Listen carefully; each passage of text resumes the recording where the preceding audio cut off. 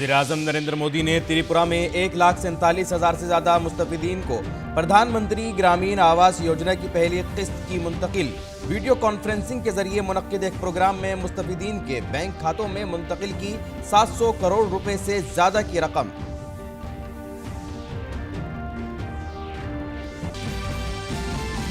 वज़ीर-ए-आज़म नरेंद्र मोदी ने कहा, त्रिपुरा और पूरा शुमाल मशरिक तब्दीली का बन रहा है गवाह। प्रधानमंत्री आवास योजना ग्रामीण की पहली किस्त ने त्रिपुरा के ख्वाबों को दी नई तहरीक।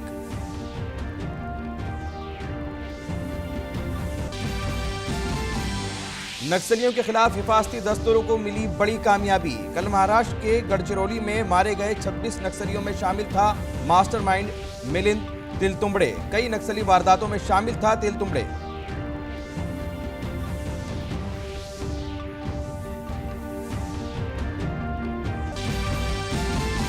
मरकजी वजीर दाखिला अमित शाह आंध्र प्रदेश के तिरुपति में जुनूबी इलाकाई कौंसिल की मीटिंग की कर रहे हैं सदारत। मीटिंग में जुनूबी रियासतों और मरकज के जेर इंतजाम इलाकों के नुमाइंदे ले रहे हैं हिस्सा। मीटिंग में सरहदी तनाजात और सिक्योरिटी के साथ साथ सड़क, ट्रांसपोर्ट, सनत, पानी और बिजली जैसे बुनियादी मसाइल पर होगी बातचीत।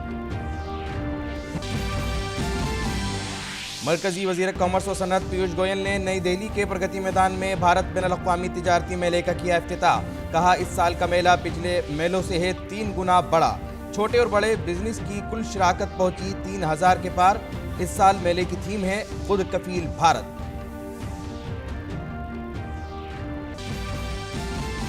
और आईसीसी T20 आलमी कप के खिताबी मुकाबले में आज ऑस्ट्रेलिया का सामना न्यूजीलैंड से। दोनों टीमों ने शानदार खेल का मुजाहरा करते हुए फाइनल तक का सफर किया है तय।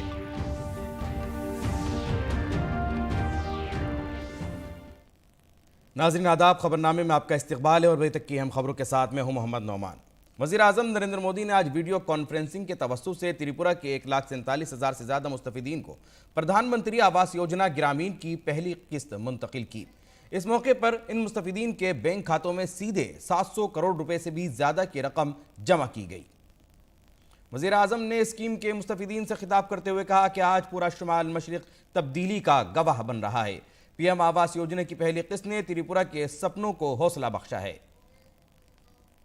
आज हमारा त्रिपुरा और समूचा पूर्वोत्तर ऐसे ही बदलाव का साक्षी बन रहा है। आज प्रधानमंत्री आवास योजना के तहत दी गई पहली किस्त ने त्रिपुरा के सपनों को भी नया हौसला दिया है। मैं पहली किस्त का लाभ पाने वाले करीब करीब 1.5 लाख परिवारों को, सभी त्रिपुरा वासियों को हृदय से बधाई देता हूं। पीएम ने कहा कि तरक्की की गंगा शुमाल मशरिक तक पहुंचने से पहले ही सिमट जाती थी और मुल्क की मजहत तरक्की को सियासी चश्मे से देखा जाता था, लेकिन आज मुल्क की तरक्की को एक भारत श्रेष्ठ भारत के नजरिए से देखा जाता है।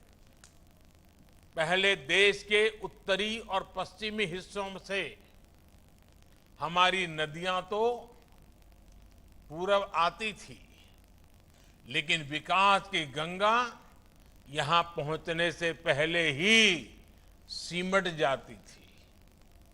देश के समग्र विकास को टुकड़ों में देखा जाता था, सियासी चश्मे से देखा जाता था।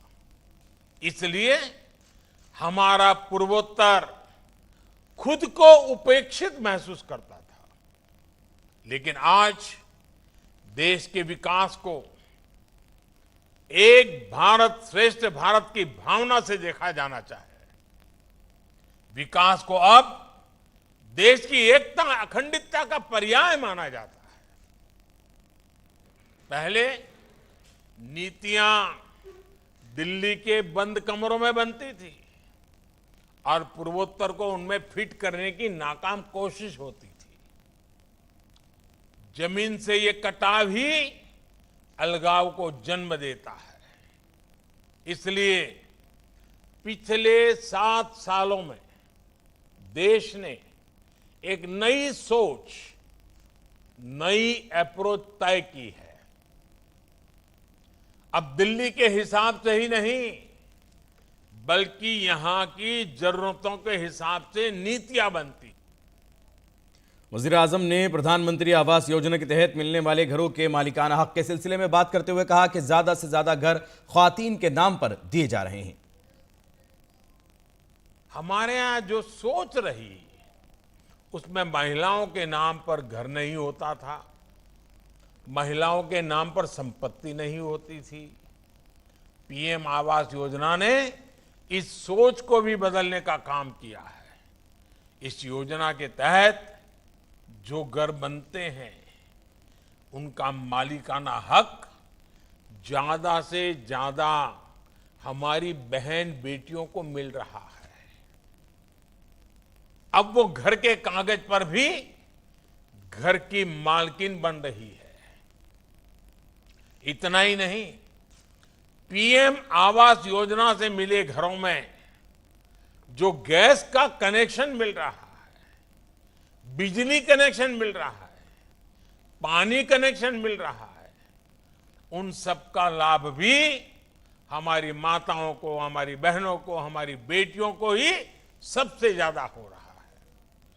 पीएम मोदी ने बताया कि त्रिपुरा में हुकूमत किसानों से एमएसपी पर फसलों की खरीद कर रही है। रियासत में सनत की सूरत हाल के सिलसिले में पीएम ने कहा कि पहले स्ट्राइक कल्चर के सबब कारोबारी यहां आने से डरते थे, लेकिन अब सूरत हाल बिल्कुल मुख्तलिफ है। गुज़िश्ता कुछ बरसों में रियासत में बरामदात में 5 गुना इजाफा हुआ है।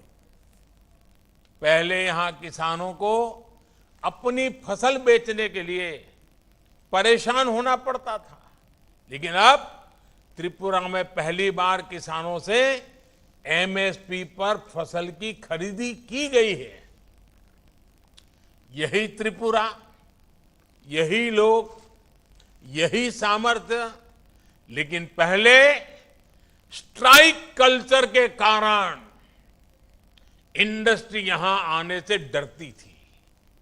वही अब त्रिपुरा का निर्यात करीब 5 गुना बढ़ गया है। साथियों, त्रिपुरा में डबल इंजन की सरकार से जिन्हें लाभ हो रहा है, उनमें से अधिकांश गरीब, दलित, पिछड़े और विशेषकर हमारे आदिवासी समाज के भाई बहन हैं। वज़ीर आज़म ने बताया कि मुल्क के कबायली फौजियों की रिवायात का एहतराम और उनकी विरासत को आगे बढ़ाने के लिए मुसलसल काम हो रहा है। आज़ादी के अमृत महोत्सव के मौके पर हर साल 15 नवंबर को बिरसा मुंडा के यौम पैदाइश को कबायली यौम फख्र के तौर पर मनाया जाएगा। पूर्वोत्तर के आदिवासी सेनानियों ने और देश के भी हमारे आदिवासी सेनानियों ने देश के लिए अपना बलिदान दिया है। इस परंपरा को सम्मान देने के लिए, इस विरासत को आगे बढ़ाने के लिए देश लगातार काम कर रहा है। इसी कड़ी में आजादी के अमृत महोत्सव के दौरान देश ने एक बहुत बड़ा फैसला लिया है। देश अब 15 नवंबर को, 15 नवंबर को हर साल भगवान बिरसा मुंडा की जन्म जयंती को जनजातीय गौरव दिवस के रूप में मनाया जाएगा। पीएम नरेंद्र मोदी ने इस मौके पर आवास योजना के मुस्तफिदीन से बात भी की। समीरन जी, पहले अपने विषय में बताइए। आप अभी कैसे घर में रहते हैं, क्या करते हैं, जरा थोड़ा बताइए ना अपने विषय में। हमारी कच्चा घर है सर, बेम्बा का वाल, टीना का चावनी है और मैं खेती बाड़ी में काम करता हूँ सर। समीरन जी, ऐसे आप आज ऐसे बन ठन करके बैठे हैं, लगता है जैसे आज ही दिवाली आई है आपके यहाँ। तो बहुत खुश है सर। आपको क्या ये पता है कि आज जो किस्त मिली है उसके अलावा नए घर में आपको और क्या क्या लाभ मिलने वाला है, पता है क्या? तो मुझे पता है सर। हाँ बताइए। आज तो एक किस्ती मिलने वाला है और 2 किस्ती मिलेगा। फिर भी हमने सुना है सर, रेगा की तरफ से 95 डेज एक दिन 212 रुपया करके हिसाब करके लगभग 20,000 रुपया मिल सकता है, मिलेगा। और भी सुना है सर, अगर किसी को घर बनाने में तकलीफ होगा तो 70,000 रुपया लोन भी मिलेगा।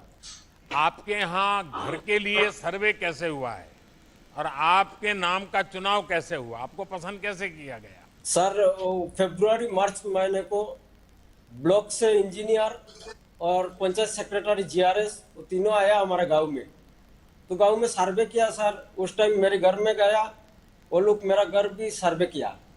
तो 14 अगस्त को ग्राम सभा हुआ, तो ग्राम सभा में हमने पंचायत में गया, तो पंचायत में जाने के बाद वो लोग बोला था, तो समीरनाथ तुम्हारे कच्चा घर सैंक्शन, कच्चा घर है, तुमको पक्का घर मिलेगा, सैंक्शन हो रहा है, तो तुमको डॉक्यूमेंट्स देना पड़ता है, राशन कार्ड, आधार कार्ड, बैंक अकाउंट और जॉब कार्ड। तो मैंने डॉक्यूमेंट्स दे दिया सर, अभी सुन रहा हूँ मेरे को पक्का घर मिलेगा, बहुत खुश है सर। अच्छा ये बताइए कि आपको जो घर के लिए अपनी किस्त मिली है, क्या इसके लिए, ये सच्चा बताना मुझे, हाँ सर। आपको किसी को बिचौलिए को पैसा देना पड़ा क्या? कोई रिश्वत देनी पड़ी क्या? कुछ बेईमानी का रास्ता लेना पड़ा क्या? ना, मुझे ऐसा कुछ नहीं देना पड़ा सर। नहीं, जोर से बताओ, हिम्मत से।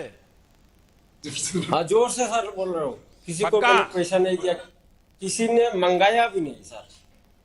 हमारी यही कोशिश है कि देश के सामान्य मानवी को किसी भी योजना के लिए ना तो भटकना पड़े, ना ही उसके पास इस पैसे कोई बिचौलिए छीन ले जाए।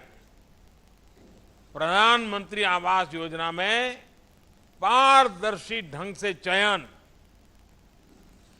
घरों की जियो टैगिंग, ग्राम सभा में नाम का ऐलान, निष्पक्ष सर्वे और डायरेक्ट बेनिफिट ट्रांसफर इसी सोच का हिस्सा है। पंजाब, जम्मू कश्मीर और दिल्ली के बीजेपी लीडरों के एक वफ्द ने आज वजीर आजम नरेंद्र मोदी से मुलाकात की और करतारपुर कॉरिडोर को दोबारा खोलने की दरख्वास्त की। साथ ही इन्होंने एक मेमोरेंडम भी सौंपा। जो हमारे प्रधानमंत्री श्री नरेंद्र मोदी जी से बात हुई है, हम पंजाब से एक वफ्द लेके आए थे, तो वहाँ हमने उनको जो मांग पत्र दिया है, उसमें जो हमारा करतारपुर कॉरिडोर का लांघा है उसको खोलने के लिए हमने उनको बेनती की है। तो हमें पूरी उम्मीद है कि हमारे देश के प्रधानमंत्री, जिन्होंने हमारे सिख भाईचारे के लिए इतने काम किए हैं कि जो 70 साल में जो कांग्रेस है वो काम नहीं कर पाई, जैसे श्री गुरु तेग बहादुर जी का जो 400 साल आया, उसके लिए मोदी साहब आप भी जैसे उस दिन गुरुद्वारा साहब जाके नतमस्तक होते हैं, और दूसरा जो उन्होंने इस शुभ दिन के लिए जो ग्रांट दी, जो उनकी यहाँ सुल्तानपुर लोधी था उनकी डेवलपमेंट के लिए जितने काम मोदी साहब ने किए हैं वो कांग्रेस सरकार 70 साल में नहीं कर पाई। तो वो बहुत जल्दी ही जे हमारी मांग मानकर, हमारे जो सिख भाईचारे हैं उनकी मांग मानकर वो दर्शनों को खुलवा देंगे, हमें पूरी उम्मीद है।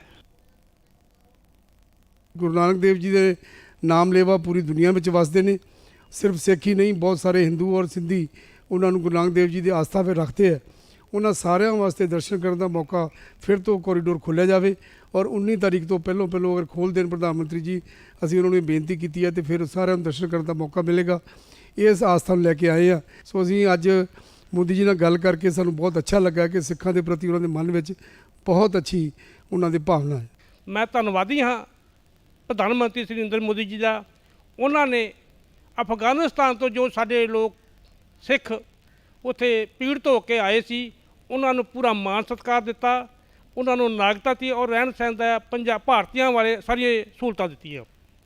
जिहड़े साडे गुरु साहिबां दे स्वरूप उत्थों लिआंदे गए सी, उन्होंने पूरे मान सत्कार दे नाल वख-वख गुरुद्वारा साहिबां ने स्थापित किया और उन्हों दा सत्कार किया।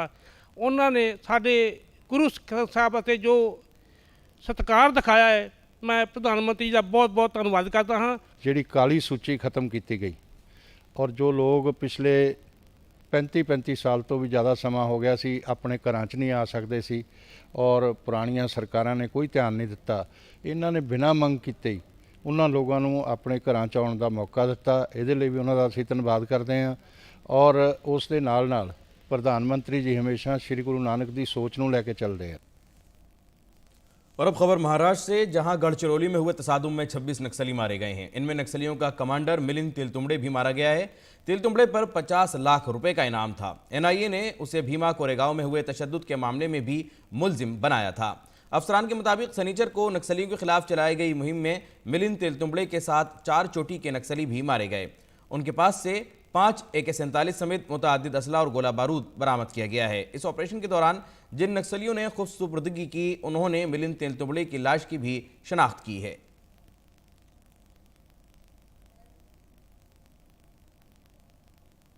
मरकजी वजीर दाखिला अमित शाह आज आंध्र प्रदेश के तिरुपति में जनूबी इलाकाई कौंसिल की मीटिंग की सदारत कर रहे हैं। जनूबी भारत की रियासतों और मरकज़ के ज़ेर इंतज़ाम इलाकों के नुमाइंदे इस मीटिंग में शिरकत कर रहे हैं। जनूबी इलाकाई कौंसिल में आंध्र प्रदेश, तमिलनाडु, कर्नाटक, केरल, तेलंगाना और मरकज़ के ज़ेर इंतज़ाम इलाके पुडुचेरी, लक्षद्वीप के साथ साथ अंडमान और निकोबार जज़ायर भी शामिल हैं। मीटिंग के दौरान सनदी तनाज़ात और सिक्योरिटी के साथ साथ सड़क, नक़्ल हमल, सनत, पानी और बिजली जैसी बुनियादी सहूलतों के बारे में बातचीत होगी। इलाकाई कौंसिल मरकज़ और रियासतों पर असरअंदाज होने वाले मसाइल पर बातचीत के जरिए ताउन के लिए एक प्लेटफॉर्म फराहम करती है। नायब सदर वेंकैया नायडू और मरकजी वजीर दाखिला अमित शाह ने आज स्वर्ण भारत ट्रस्ट की 20वीं सालगिरह के मौके पर मुनक्किदा प्रोग्राम में शिरकत की। प्रोग्राम से खिताब करते हुए नायब सदर जमहूरिया वेंकैया नायडू ने कहा कि ख़वातीन की सलाहियतों को पहचानते हुए उन्हें जायदाद में मसावी हुकूक दिए जाने चाहिए। We must focus more and more on agriculture. महिलाओं को पहचान के उनका क्या कौशल्य है उसको प्रोत्साहन करना ये बहुत जरूरी है। कारण क्या है, वो 50% पॉपुलेशन में है। राजनीति में उनको आरक्षण देना अलग बात है, साथ ही साथ संपदा में, फैमिली प्रॉपर्टी में उनको शेयर देना चाहिए। मेरा इच्छा है, मेरा आकांक्षा है, मैं वो दिन भी देखना चाहता हूं, हो जाएगा जब इस विश्वास है पुरुष और महिला दोनों को प्रॉपर्टी में इक्वल राइट होना चाहिए। नायब सदर जमहूरिया ने कहा कि धर्म और मजहब का असल मकसद खिदमत का जज्बा है। I always believe the real religion is सेवा। माने मजहब क्या होता है, मजहब का मुख्य उद्देश्य सेवा करना। इसलिए एक सेवालयम, देवालयम जाना कितना महत्वपूर्ण है, सेवालयम का संदर्शन करना इतना महत्वपूर्ण है, ऐसा मेरा विश्वास है। प्रोग्राम से खिताब करते हुए मरकजी वजीर दाखिला अमित शाह ने नायब सदर वेंकैया नायडू के कामों की तारीफ की। अमित शाह ने कहा कि वेंकैया नायडू ने नज़्म व ज़ब्त के साथ हर रोल को बेहतरीन तरीके से निभाया है। राज्यसभा के चेयरमैन के नाते वेंकैया जी और उपराष्ट्रपति के नाते वेंकैया जी एक आदर्श कस्टोडियन ऑफ कॉन्स्टिट्यूशन कैसा हो सकता है, कॉन्स्टिट्यूशन में जो उपराष्ट्रपति महोदय के लिए भूमिका बताई गई है इसका आदर्श निर्वहन कैसे हो सकता है, इसका एग्जाम्पल वेंकैया जी सेट कर रहे हैं। पूरा जीवन परिवारवाद के खिलाफ उन्होंने ढेर सारी शिरकतें कर भारत के लोकतंत्र को स्वस्थ रखने का प्रयास किया। अमित शाह ने कहा कि पहले सिर्फ इख्तिदार में रहने वाली पार्टियों के असर और रसूख वाले लोग ही पद्म अवार्ड हासिल करते थे, लेकिन पीएम मोदी की हुकूमत ने पद्म अवार्ड्स के लिए ऑनलाइन दरख्वास्त की सहूलत फराहम करके ज़मीन पर काम करने वाले लोगों को नवाजा। ज्यादातर जो दल सत्ता में होते हैं उनके प्रभाव क्षेत्र के लोगों को पद्म पुरस्कार मिलते थे। मुख्यमंत्री का रिकमेंडेशन हो, एमपी का हो, मिनिस्टर का हो, और सिफारिश के बगैर पद्म पुरस्कार की कल्पना ही नहीं थी। पद्मश्री, पद्म भूषण, पद्म विभूषण, भारत रत्न सिफारिश के बगैर कभी मिल नहीं सकता था। किसी न किसी की सिफारिश की जरूरत थी। मगर मोदी जी ने ऑनलाइन एप्लीकेशन कर मेरिट्स पर जिन्होंने जमीन पर काम किया है, जमीन पर भारत को आगे बढ़ाने के लिए, समाज को सुधारने के लिए, समाज को सुदृढ़ करने के लिए और समाज की दिक्कतों को कम करने के लिए काम किया है, उसको पद्म पुरस्कार मिलना शुरू हुआ है। और भारत बैनुल-अक़वामी तिजारती मेला आज से नई दिल्ली के प्रगति मैदान में शुरू हो गया है। मरकजी वजीर तिजारत पीयूष गोयल ने मेले का इफ्तिताह किया। पीयूष गोयल ने तिजारती मेला 2021 का मोबाइल ऐप भी लॉन्च किया। ये मेला 27 नवंबर तक जारी रहेगा। हर साल मुनक्किद होने वाला बैनुल-अक़वामी मेला गुज़िश्ता साल कोविड की वबा की वजह से मुनक्किद नहीं किया गया था। इस साल मेले की थीम खुद कफील भारत है। बिहार मेले में शराकतदार रियासत है, जबकि उत्तर प्रदेश और झारखंड फोकस रियासतें हैं। मेले में बांग्लादेश, बहरीन, घाना, किर्गिस्तान, ट्यूनिस, तुर्की, श्रीलंका और मुत्तहिदा अरब इमारात समेत 9 ममालिक शिरकत कर रहे हैं। So the last time we were able to hold this was in 2019. Last year, obviously, because of COVID, this was deferred. But I'm delighted that as soon as COVID protocols permitted the exhibitions to start, I think the notification came on 15th of September. And within 2 months of that, ITPO has very successfully, in an expanded way, 3 times what it was in 2019, started the International Trade Fair. My congratulations to all the colleagues in ITPO and in the Ministry of Commerce and Industry, along with all the state governments and other ministries at the center in the states who have participated with so much enthusiasm to make this trade fair a grand success. मरकजी वजीर पीयूष गोयल ने programme से खिताब करते हुए मेले को 3 गुना बड़ा करार देते हुए कहा कि साल 2019 के मुकाबले इस बार तिजारती मेले में काफ़ी तोसी हुई है। Last time we were able to hold this was in 2019. Last year, obviously, because of COVID, this was deferred. But I'm delighted that as soon as COVID protocols permitted the exhibitions to start, I think the notification came on 15th of September. And within 2 months of that, ITPO has very successfully, in an expanded way, 3 times what it was in 2019, started the International Trade Fair. My congratulations to all the colleagues in ITPO and in the Ministry of Commerce and Industry, along with all the state governments and other ministries at the center in the states who have participated with so much enthusiasm to make this trade fair a grand success. इस तिजारती मेले का इनेकाद Covid के तमाम उसूलों पर अमल करते हुए एक महफूज माहौल में किया जा रहा है। तिजारती मेले के पहले 5 दिन कारोबारी दिनों के तौर पर मखसूस हैं। मेला 19 नवंबर से आम लोगों के लिए खोल दिया जाएगा। मेले का वक्त सुबह 9:30 बजे से शाम 7:30 बजे तक होगा। तिजारती मेले में दाखिले के लिए टिकट दिल्ली मेट्रो के 65 स्टेशनों से खरीदे जा सकते हैं। मेले की टिकट की कीमत आम दिनों में 80 रुपये फीकस और बच्चों के लिए 40 रुपये फीकस होगी। मेले में माजूर और बुजुर्ग शहरियों के लिए दाखिला मुफ्त होगा।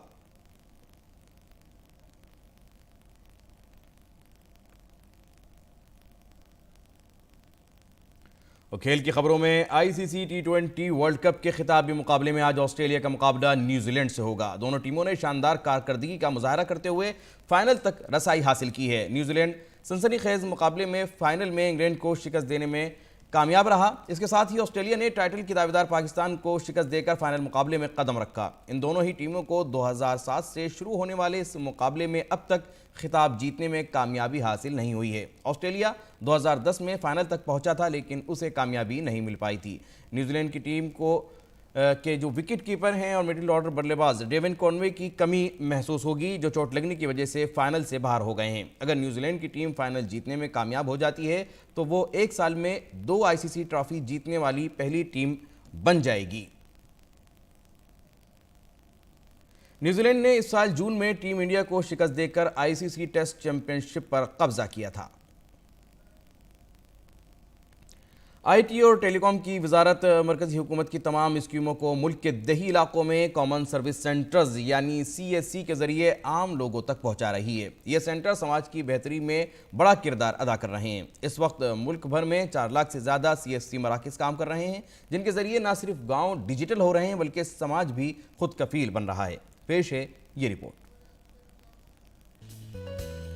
राजस्थान के सीकर जिले का पेवा गांव मुल्क के उन लाखों गांव में से एक है जहां मरकजी इत्तलात टेक्नोलॉजी और टेलीकॉम की वजारत के तहत चलने वाले कॉमन सर्विस सेंटर जमीनी सतह पर इनकलाब ला रहे हैं।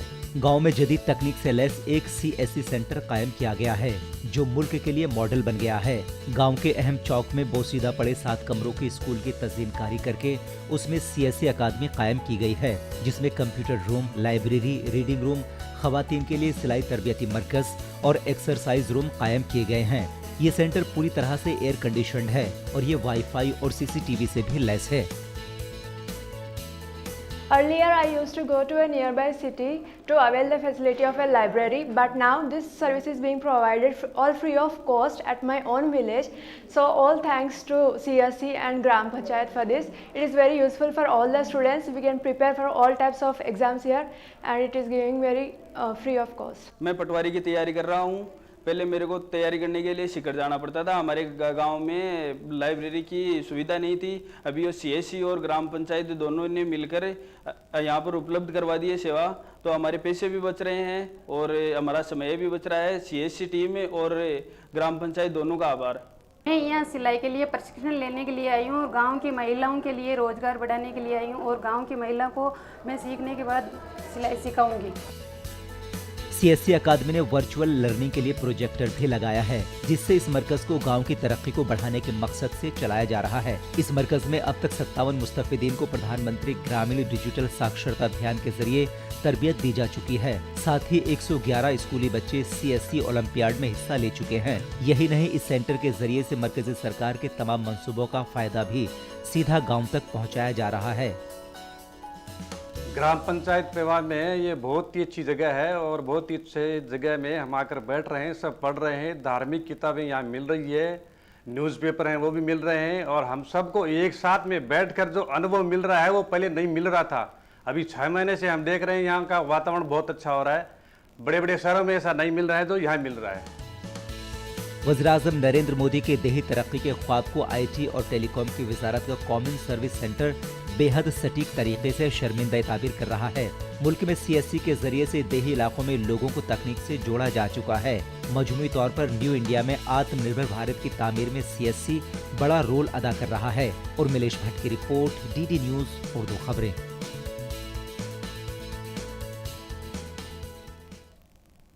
नाज़रीन, इसी के साथ खबरनामा यहीं मुकम्मल होता है। इजाज़त दीजिए, आदाब।